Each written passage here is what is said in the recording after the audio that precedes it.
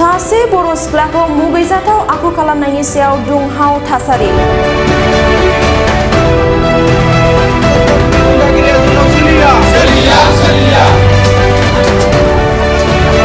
नोंथांमोना नैबे स्क्रिनाव नुनाय सुबुंखौ मोजाङै सिनायना ला। बे सुबुङानो सासे बर' सिख्लानि सायाव आथोनारि गाज्रि आखु दिन्थिदों। गुबुन जायगानिफ्राय फैनानै सासे बर' सिख्लाजों सोमोन्दो थानाय गुबुन जायगानि सासे सेंग्राया लोगो नांनानै फालांगि खालामफैनानै गलायाव खामानि मावग्रा बर' सिख्लाफोरनि सायाव आथोनारि गाज्रि आखु दिन्थिदों राजस्थान हादरसानि आम्रतान्स राष्ट्रगिया। गुबुन जायगायाव नङा, बर'नि राजथावनि क'क्राझार नोगोरावनो बे मुगैजाथाव जाथाया जादों। नों मानो मोदोम दाङो मावग्राफोरनिखौ? जों वार्कार्ससो, नोंजों मोदोम दांजानो फैया जों बाहाय होननानै बुंबाय आङो। बिसोर मोदोम दाङो, हौवाया मोदोम दाङो, हिनजावफोरनि मोदोम दाङो, एवथुयो, ओमफ्राय खानाय बोलाबायो।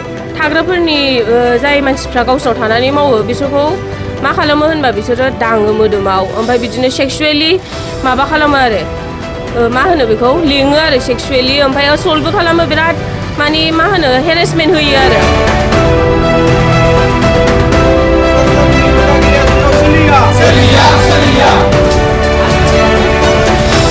जायखौ खौरां बिजोङाव बुंथाव जायै आखुफोरखौ खालामदों आम्रतान्स राष्ट्रगिया गला बिगोमाया। बेफोरबादिनिफ्राय नोंथांमोनाबो सांग्रां जा। क'क्राझार सहरनि बड'लेण्ड गेस्ट हाउस उल्था फारसे साखाथियाव थानाय लिटिल सरजनी नोगोर गलायाव खामानि मावग्रा हिन्जावसाया गला बिगोमाजों आथोनारि गाज्रि आखु खालामजानायनि सोमोन्दै फोरमायदों। टाच खालामदों, उदैयाव टाच खालामदों, मेवथुदों, बिदिनो खालामदों। ओमफ्राय आं बादा होदोंमोन, आंखौ दा खालाम बेबायदि होननायाव बे ओरै बुंदों हिन्दीनि, मुझे नहीं करना है तो मुझे 100 रुपया दे दो, हम नहीं करेगा, बिदि होननानै बुंदों आरो बियो। लिटिल सरजनी नोगोर गलायाव खामानि मावग्रा हिन्जावसाफोरखौ राजस्थान हादरसानि आम्रतान्स राष्ट्रगिया गला बिगोमाया आथोनारि आरो गाज्रि आखु दिन्थिनायनि सायाव क'क्राझार ओनसोलनि सुबुंफ्रा धर्ना खालामदों आरो गलानि मुवा बेसादखौ सिलिंखार खालामदों।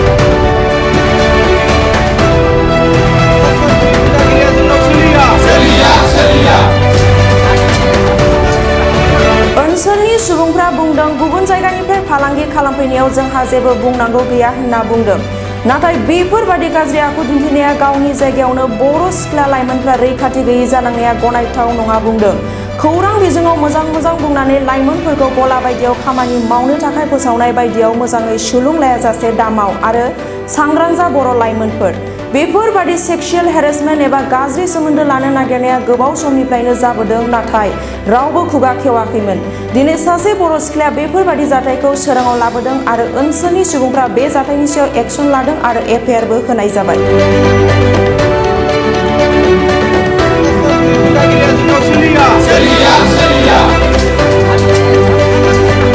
आङो न्याय लुगैयो। जोंनि जायगायाव फैनानै मालाय जाथिया बेफोरबायदि खालामनो मोनफैया।